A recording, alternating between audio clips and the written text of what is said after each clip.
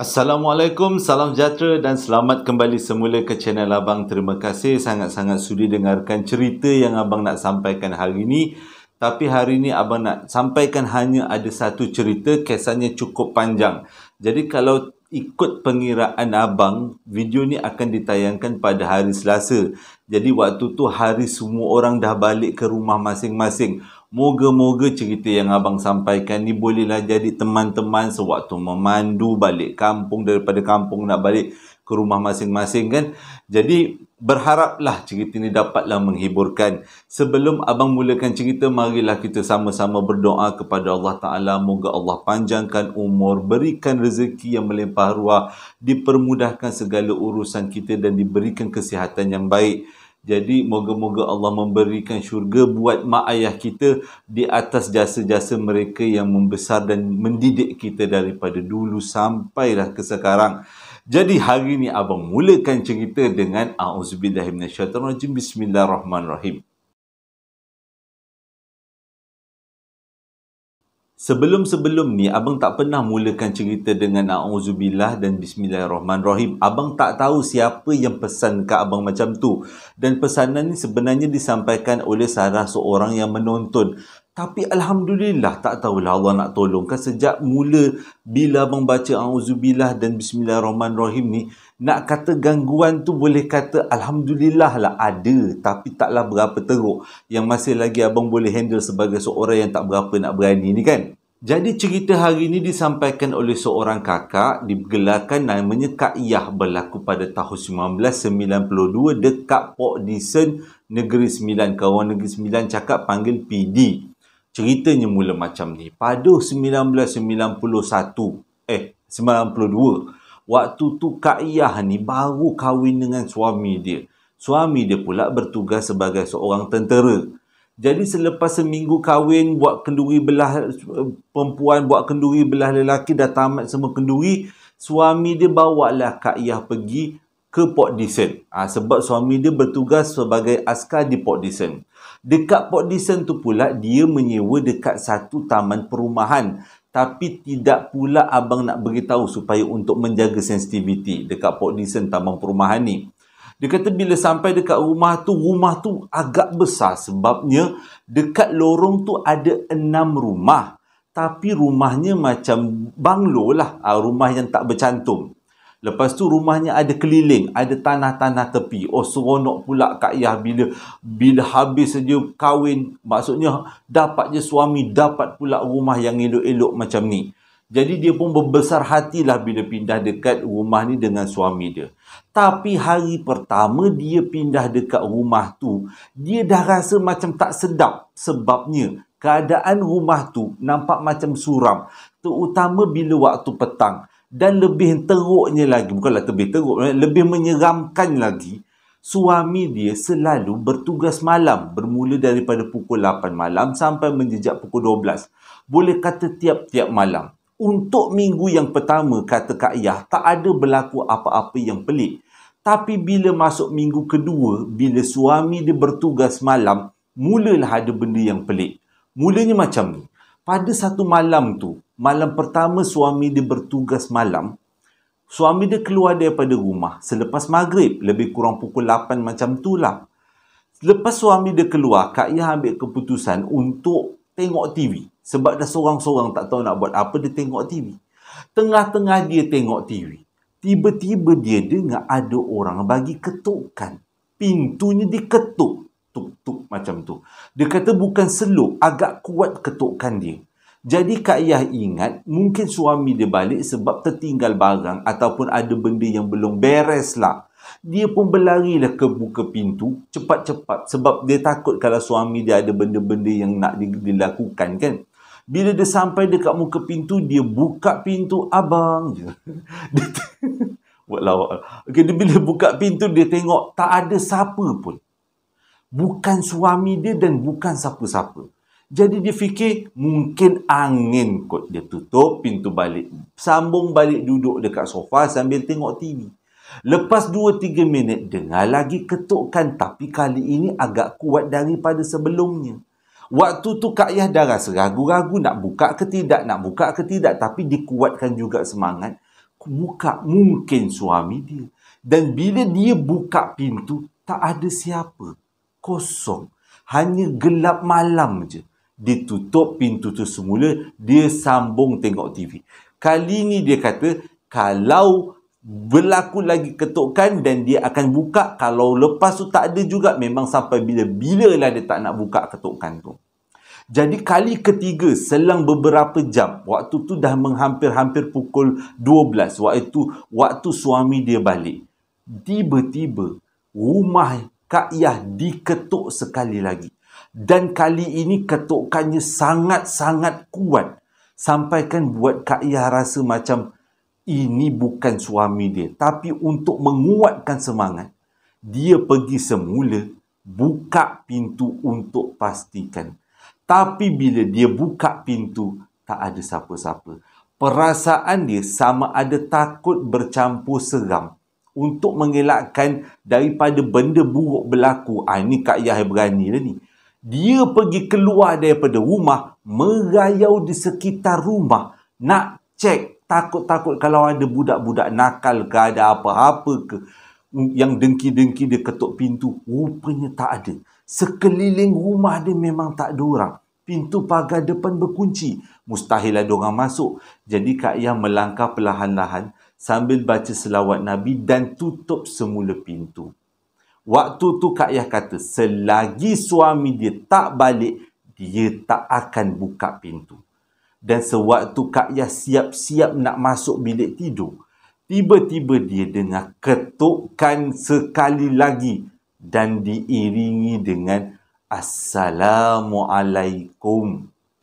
Diketuknya lagi dan disebutnya sekali lagi Assalamualaikum untuk kali kedua. Waktu ni perasaan Kak Yah berbelah bagi. Sama ada yang ketuk tu suami dia pun atau bukan. Tapi bila orang dekat luar pintu tu panggil, "Yah, ini aku ni." Maksudnya suami dia. Barulah Kak Yah rasa lega. Dia pergi buka pintu je, selawat Nabi sekali lagi dan dia buka, betul-betul suami dia.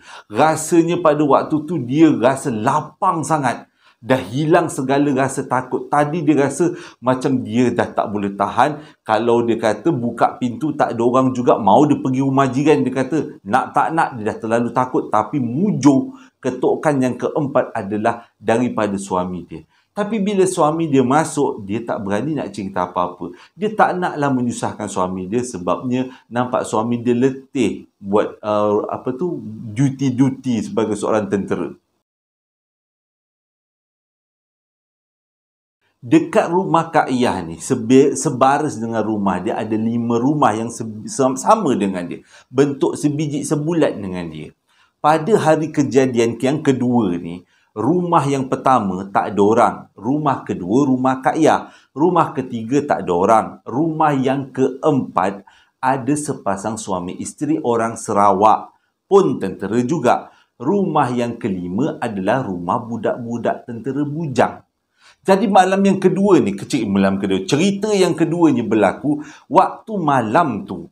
Suami Kak Yah ada dekat rumah. Lupa abang nak beritahu. Ketukan tu yang abang ceritakan tadi, sepanjang selepas tu, waktu suami dia tak ada kat rumah aja, memang akan ada gangguan ketukan. Tapi Kak Yah buat-buat bodoh je, buat-buat tak tahu. Sebab dia rasa kalau dia layan benda tu, jadi macam lagi teruk. Jadi, sambung cerita yang kedua. Pada malam tu, suami dia tetap bertugas.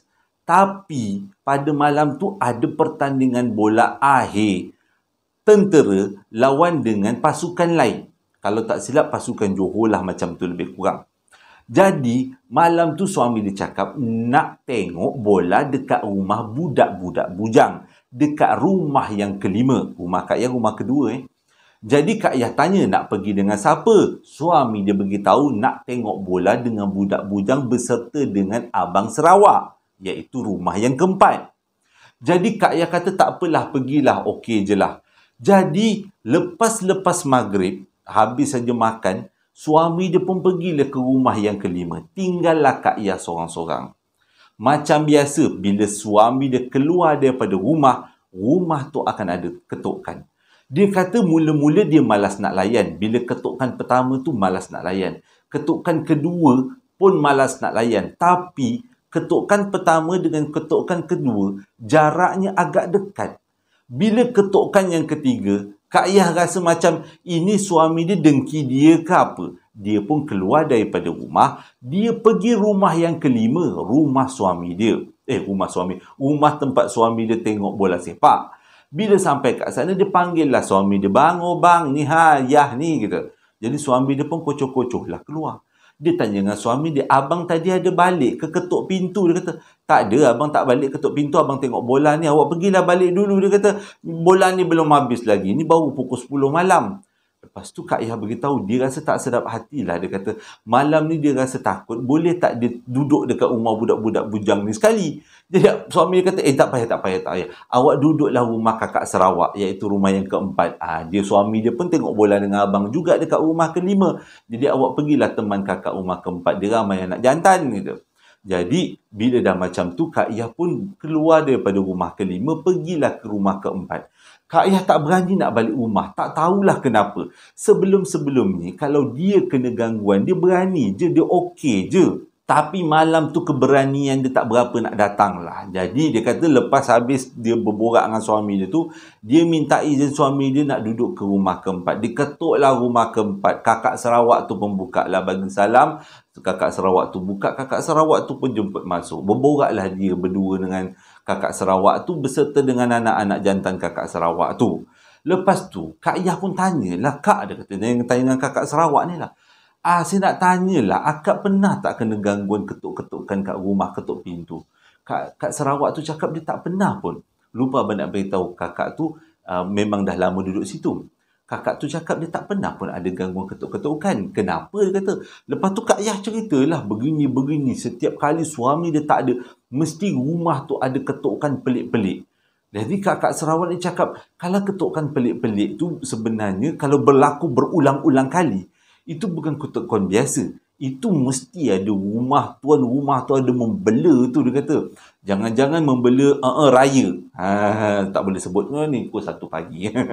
Yang raya-raya tu, dia kata. Jangan-jangan tuan rumah ada bela-bela tu pula, dia kata.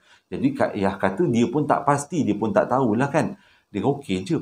Tengah-tengah dia orang borak, tiba-tiba dengar daripada rumah kelima, lelaki-lelaki yang tengah tengok bola tu menjerit lain macam. Mula-mula Kak Yah ingat dia orang menjerit sebab salah pasukan tentera tu dapat golkan bola.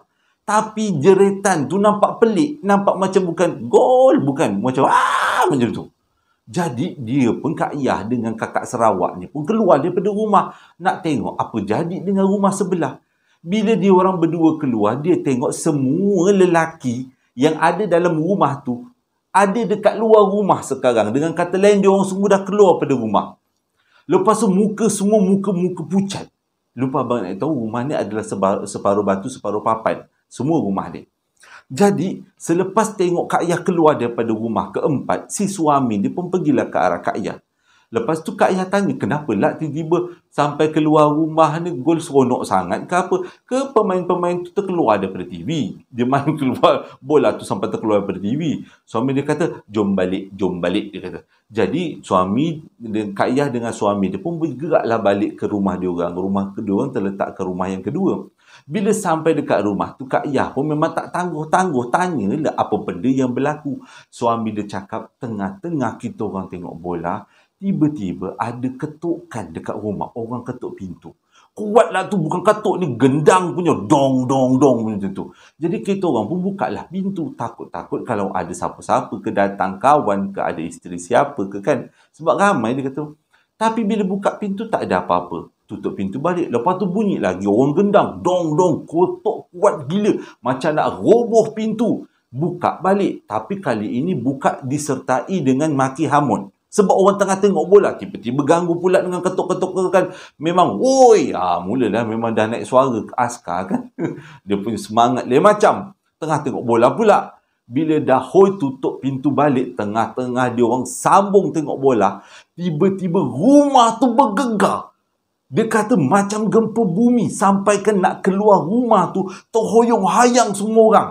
Dan bila semua dah berjaya keluar daripada rumah, bila tengok kat luar rumah, tak ada pun tanda-tanda gempa bumi. Dia orang semua pelik. Macam mana rumah tu boleh bergegar? Bergegar gila sampai ke lampu dekat dalam rumah tu bergoyang-goyang. Memang nampak macam gempa bumi. Tapi bila keluar rumah tak ada apa-apa. Jadi Kak Ayah beritahu sebenarnya bang, ketukan-ketukan tu daripada kita pindah rumah sini memang dah banyak berlaku. Saya je malah cerita kat abang tergamam suami dia. Suami dia cakap, awak ni patutnya awak bagi tahu benda ni bukan benda biasa. Benda ni luar biasa. Awak kena beritahu saya, kenapa tak beritahu? Dia kata, saya malah nak kacau-kacau. Saya okey je, ketuk-ketukan macam tu tak dimuncul-muncul. Okey je, saya boleh je, tak ada masalah. Jadi suami dia cakap, awak ni, dia kata, dia baru tahu bini dia ni memang mencalang-calang. Bini dia ni memang berani. Selang beberapa hari daripada hari kejadian, pada satu malam, waktu tu Kak Ayah tengah makan dengan laki dia, dengan suami dia. Waktu lebih-lebih kurang lepas main maghrib lah. Tengah sedap-sedap makan, tiba-tiba ada ketukan. Tergamam dia orang berdua. Ketukan ni pelik. Agak kuat tapi berselang. Tok, tok, tok. Lebih kurang macam tu. Jadi Kak Ayah rasa ini adalah gangguan yang selalu dia kena. Dia cakap dengan suami dia, bang, pergi buka pintu bang, abang sergah sikit bang. Gitu. Suami dia kata, no, tak payah. Biarkan dia nak ketuk, dia ketuk lah. Kita tak payah kacau. Tapi bila tak dihiraukan macam tu, makin kuat ketukan dia, tak berhenti. Sampaikan dia orang nak makan ni rasa terganggu. Tok, tok, tok, tok, macam tu. Makin kuat daripada ketukan slow. Makin kuat, makin digendang-gendangnya pintu tu. Akhirnya suami dia rasa tak tahan. Suami dia pergi dekat pintu. Suami dia jerit, pergi kau daripada sini. Dan selepas tu, hilang bunyi ketukan tu. Dia orang sambung makan. Selepas habis makan tu, dan basuh-basuh tangan, diorang pun bercadang nak tengok TV. Tengah-tengah tengok TV, lagi sekali ketukan. Pada waktu ni ketukan dia disertai dengan Assalamualaikum. Baru nak maki, tiba-tiba kat luar pintu, ni mak ni buka pintu, dia kata. Lega lah, dia kata mak dia datang. Sekali buka pintu, betul mak Kak Ayah datang. Jadi bila mak Kak Ayah masuk rumah, muka mak Kak Ayah macam nak mencari sesuatu. Jadi bila masuk rumah tu, Kak Ayah pun layanlah mak dia. Dia tak sempat pun nak tunggu besok pagi. Malam tu juga, lepas habis-habis mak dia makan semua, suami dia dah masuk tidur, dia berborak dengan mak dia. Dia beritahu mak dia tentang gangguan yang dia alami dan gangguan suami dia yang pasal rumah bergegar. Lupa nak beritahu, rumah pertama, rumah Kak Ayah dengan rumah yang kelima tempat dia orang tengok bola, tuan rumahnya orang yang sama, seorang pakcik. Jadi pada cerita dengan mak dia ni, mak dia kata, kalaulah ikut pengalaman mak, sebab mak dia ni boleh pandai-pandai mengubat, adalah keistimewaan-keistimewaannya lah. Orang-orang dia kata, Quran tak tinggal, zikir tak tinggal, jadi ada keistimewaannya Allah bagi. Jadi mak dia cakap, ikut gerak hati mak, sebenarnya yang kacau kamu berdua ni adalah belaan kepada tuan rumah.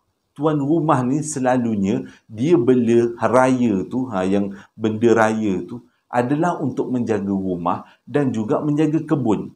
Dan mak pernah dengar kalau dia ditugaskan untuk menjaga rumah, rumah tu memang selalu akan ada kelibat-kelibat ataupun ketukan-ketukan. Tapi kamu tak nampak kelibat, kamu nampak ketukan, dengar ketukan. Dengan kata lain, rumah tu ada tuan rumahnya, ada yang membela. Bila dengar macam tu, rasa macam nak kata takut tu tak sangat. Dia kata, Kak Ayah kata dia masih lagi boleh handle. Cuma ni mungkin ini betul lah mak dia cakap, inilah puncanya ketukan-ketukan tu. Jadi selepas 4 hari mak dia balik. Lepas mak dia balik, suami dia bertugas malam kembali balik ketukan-ketukan pelik tu. Nak jadi cerita, pada satu malam, waktu tu suami dia tak bertugas. Tapi suami dia minta izin, bukanlah minta izin, bagi tahu nak ikut kawan pergi mancing dekat Port Dickson Batu 4. Waktu tu Kak Ayah kata, okeylah pergilah, tak ada masalah pun. Suami tanya kalau ada gangguan ketukan macam mana. Kak Ayah beritahu, jangan risau, dia dah biasa bunyi ketukan macam tu. Dah biasa kan? Kalau abang tak biasa. Itu memang huru jadinya. Jadi biarkanlah suami dia lepas main maghrib, main isyak, suami dia keluarlah. Pergilah ikut kawan dia memancing kat Batu 4. Waktu tu Kak Ayah tengah tengok TV. Entah tu dia kata waktu tengok TV tu dia punyalah mengantuk, akhirnya dia tertidur. Waktu dia tertidur tu dia kata antara sedar dengan tak sedar, tiba-tiba dekat hujung kaki dia ada seorang lelaki pakai jubah hijau, kopiah putih. Tapi bila tengok lelaki tu sebiji sebulat macam tuan rumah. Jadi dia tanya, pakcik datang daripada mana? Pakcik tu cakap, jangan risau nak, rehat aja. Pakcik memang ada dekat sini. Pakcik akan jaga kamu dan rumah kamu. Kamu jangan khawatir. Pada waktu tu, yang ada dalam fikiran Kak Yah ialah bukan makhluk alam sebelah, tapi macam mana ada lelaki boleh masuk rumah aku? Dia punya perasaan marah tu. Dah lah suami tak dekat rumah. Dia kata, boleh pula ada orang lain masuk. Waktu dah gundah gulana tengok pakcik tu. Walaupun pakcik tu tak buat apa, duk tegak, tercegat berdiri tu aja. Tapi perasaan tu rasa marah. Last dia terbangun daripada tidur. Bila dia terbangun, baru dia perasan yang tadi sebenarnya dia mimpi. Tapi keadaan tu tak nampak macam mimpi. Nampak macam betul-betul berlaku. Jadi dia rasa macam betul kot yang mak dia cakap. Ini adalah kerja si hari raya tu. Tuan rumah ni punya. Ditugaskan untuk jaga rumah ni. Jadi Kak Yah pun simpanlah benda ni. Tengah dia berhayal-hayal ataupun tengah dia nak menstabilkan kepala dia waktu bangun tidur. Tiba-tiba bangun tidur terkejut macam tu je. Tiba-tiba blackout satu rumah. Dah macam cerita hantu kan. Bila blackout satu rumah, tergamam Kak Yah. Aduh pula blackout macam ni. Waktu blackout macam ni lah, mulalah teringat kisah-kisah seram yang dialami sebelum ni. Ketukan-ketukan orang tua tadi. Tapi gambaran orang tua tu lagi jelas bila Kak Yah ada dalam keadaan gelap. Dia cuba cari lilin, nyalakan lilin. Dan dia terus berzikir. Sebab dia kata dia tak tahu nak minta tolong kat siapa. Alhamdulillah, sepanjang keadaan rumah dia gelap, tak ada apa-apa mengganggu. Pukul 12 malam, suami dia balik rumah. Lega dia kata. Dan bila suami dia balik rumah, dia cerita dekat suami dia apa yang dia mimpikan. Dan suami dia yakin sebenarnya tuan rumah ni ada yang bela. Esok paginya, kawan-kawan, isteri-isteri askar lain datang ke rumah Kak Yah. Sebabnya diorang saja-saja nak melawat-melawat. Sebab pada waktu tu suami-suami semua pergi bertugas. Keluar lah, maksudnya ada duty. Jadi isteri-isteri askar semua datanglah berkumpul rumah Kak Yah. Jadi diorang ni bawa potluck lah, bawa makanan masing-masing. Antara yang datang pada waktu tu adalah Kak Imah. Orang yang pernah duduk dekat rumah Kak Yah duduk sekarang. Jadi bila sampai je berkumpul ramai-ramai, Kak Imah tak lepas peluang tanya pada Kak Yah. Yah, dia kata, engkau kalau masa duduk sini, kau ada tak ada benda-benda pelik?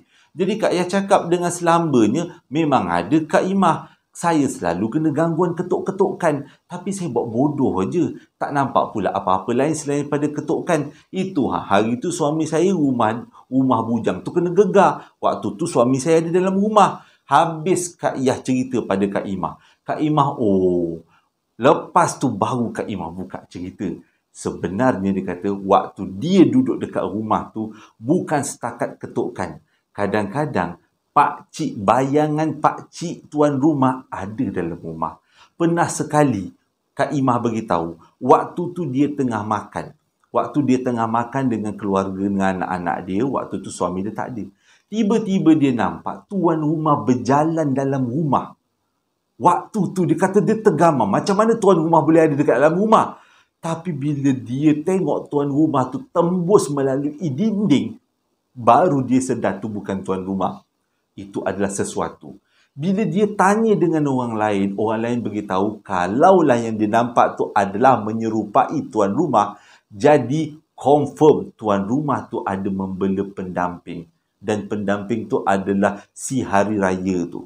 Jadi bila dengar daripada Kak Imah macam tu, Kak Yah pun makin kukuh lah dia punya pandangan, dia punya perasaan tu. Yang macam mak dia beritahu, memang tuan rumah tu membela.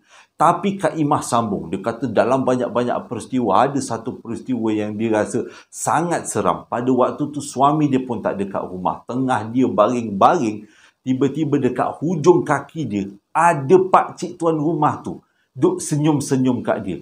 Huru-hara dia pada waktu tu nak berlari. Tapi baru dia perasan pada waktu tu sebenarnya bukan dalam sedar dia tengah tidur. Waktu dia tengah tidur, tiba-tiba ada orang muncul kat kaki dan orang tu sengih-sengih. Dia cuba berlari, tak boleh bergerak sebab dia masih lagi atas katil tengah tidur. Dia kata waktu tu dia cuba sedarkan diri dan apabila dia sedar je, bayangan pakcik tu hilang. Tapi yang peliknya, satu badan dia dah tak ada baju. Hilang bajunya, berterabur dia pergi cari, takut-takut anak masuk dalam keadaan yang tak berapa nak baik kan. Cepat-cepat dia cari baju, gantikan. Dia rupanya dia tengok baju-baju dia semua ada dekat tepi katil. Bila dia tanggalkan, tapi mujur sebelum benda tu buat apa-apa, dia dah sedar dulu. Kak Imah cerita macam tu pada Kak Yah. Seram Kak Yah jarinya. Janganlah jadi keadaan dia macam tu. Tapi Alhamdulillah, lepas tu banyak kali juga kena ganggu dengan ketukan-ketukan. Tapi hanya ketukan aja, tak ada apa-apa yang menakutkan. Sehinggalah Kak Yah dapat anak. Dan bila dapat anak, gangguan tu dah makin berkurang dan hilanglah gangguan tu sejak daripada tu. Dan kalau Kak Yah cakap, dia perasanlah sejak hilang gangguan tu adalah sejak suami dia bercocok tanam tepi rumah. Sewaktu tu, ketukan tu masih lagi gangguan. Ada gangguan ketukan. Dan entah macam mana, suami dia tergerak nak buat tanam-tanam tepi rumah. Tanam bendir, terung lah semua. Tanah banyak kan. Jadi suami dia pergi beritahu dekat tuan rumah. Tuan rumah kata boleh dengan syarat nanti kalau aku nak minta makan dekat engkau, kau masakkan boleh, dia kata. Jadi Kak Yah kata tak ada masalah, okey je. Tapi selepas suami dia tanam-tanam dekat keliling rumah, beberapa kali juga tuan rumah datang makan kat rumah dia orang. Dan sejak daripada tu memang tak ada lagi gangguan. Dengan kata lain, tak ada lagi ketukan, apa-apa pun tak ada. Semuanya aman-aman. Ada kaitan mungkin rumah tu dijaga dengan baik. Jadi lepas rumah tu dijaga dengan baik, dia pun dah dapat anak. Jadi benda si hari raya tu dah tak kacau dia lagi. Tapi Kak Yah kata itu mungkinlah penyebabnya.